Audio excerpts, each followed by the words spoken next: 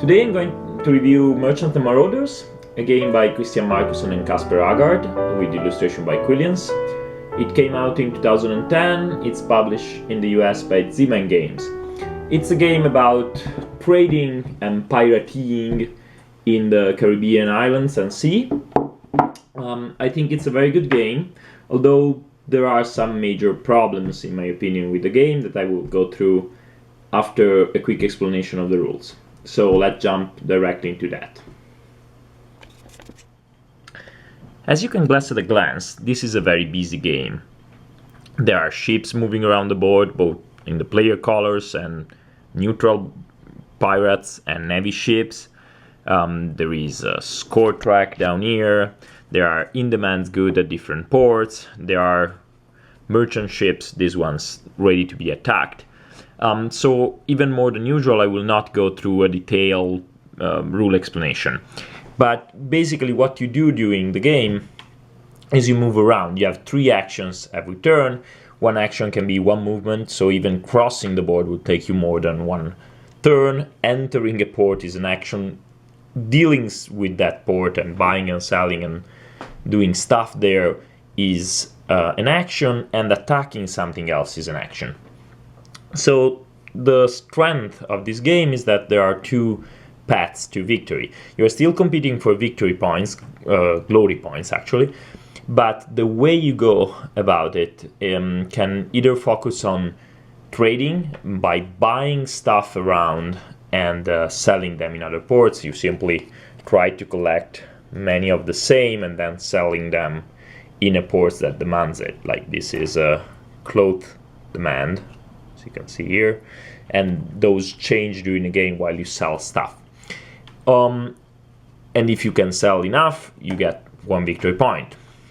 You also get points for the money, up to half the victory points that you need to win, which are 10 in the basic design. And the other way to go for the win is by pirating.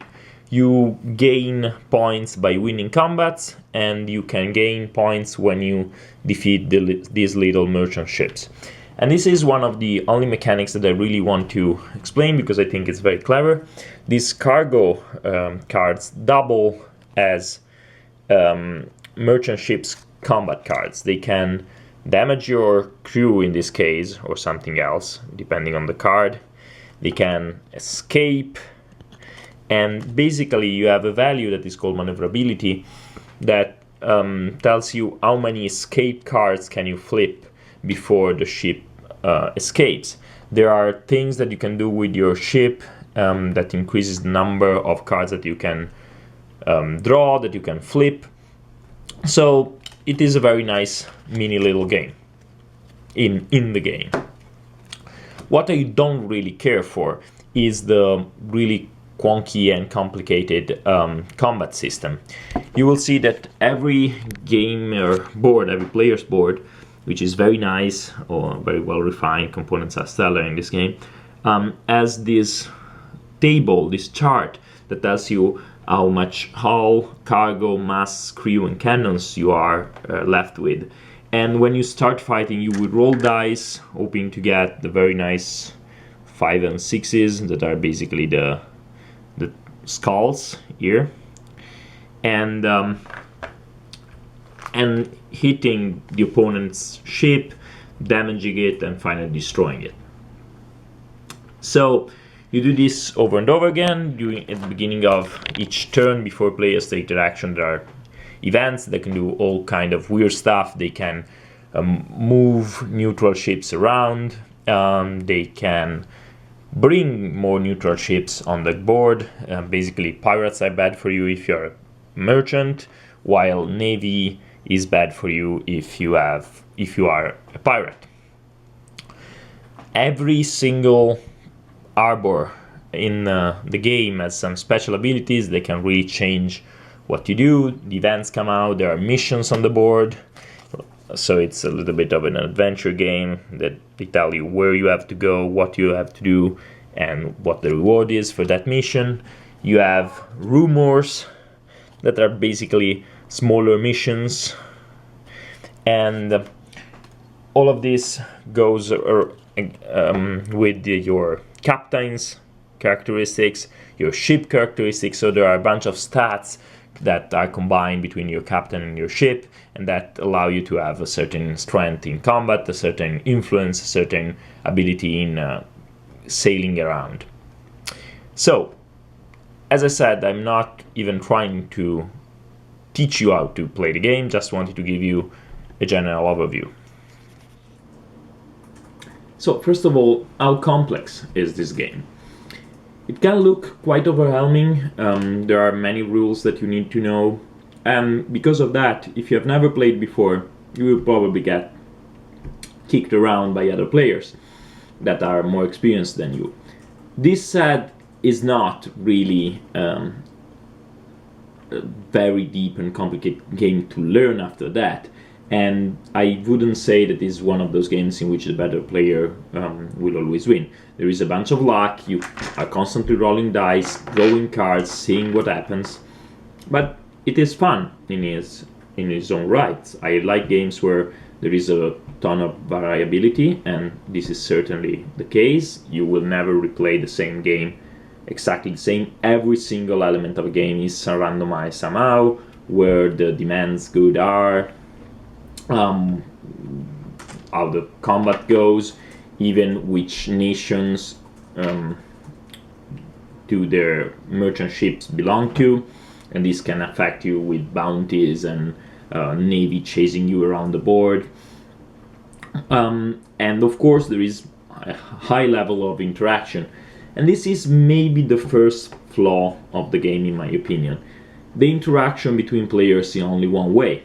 If you decide to become a pirate, you can attack people that are merchants.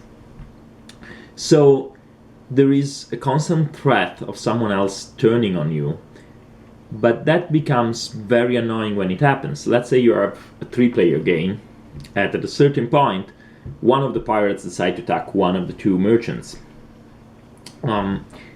That's a big problem for the player who is attacked. Even if he ends up winning, he lost stuff, while the other player is free to gather around and keep collecting gold and win the game. So that's the first thing. I would rather like a higher variability into how you interact with each other. If you are a merchant, you can only try to race the other player to get there before them. It's usually not worth it, because you will not have the same cards, you will not have the same goods that you want to sell. So that's the first problem. The second is the time. Maybe a pet peeve of mine, but when I play a long game, I would like to have a long strategy to develop as well. While here you are in the hands of the game. The game dictates what you want, what you can, and where you want to go. The missions come out and they tell you go from here to there to get money. The demand's good, you draw those goods and you find out what you can do.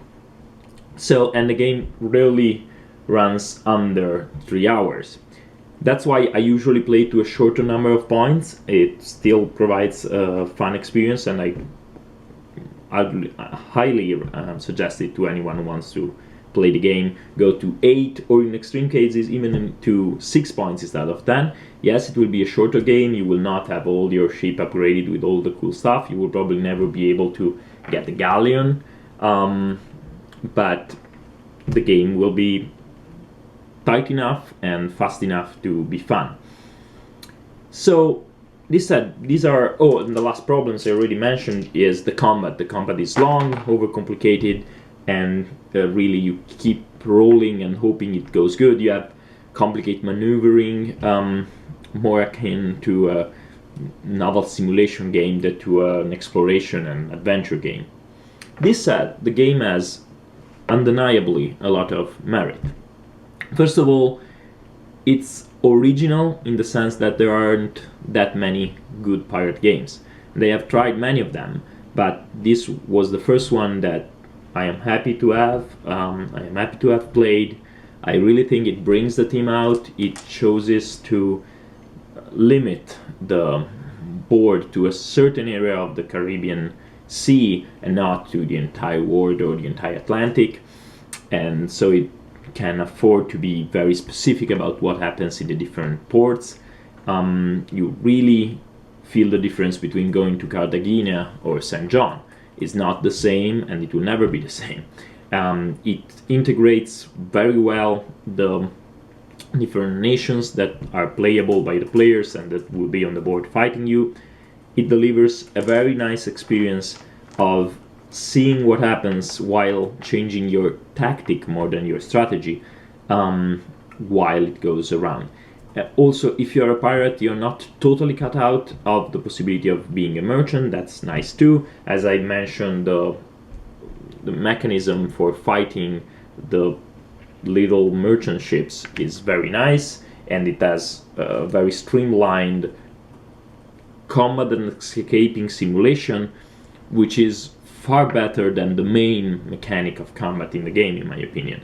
And I hope if this ever gets a second edition, that something similar with very few cards, fast and hard decisions can be implemented also for the player-to-player or player-to-NPC combat.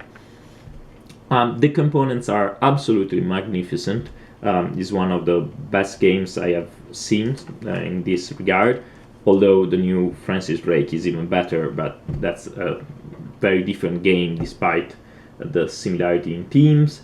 The effects of the cards, you have the rumors, the like little missions, as I mentioned, the missions themselves, the events. You have glory cards that are special powers that you can only use once.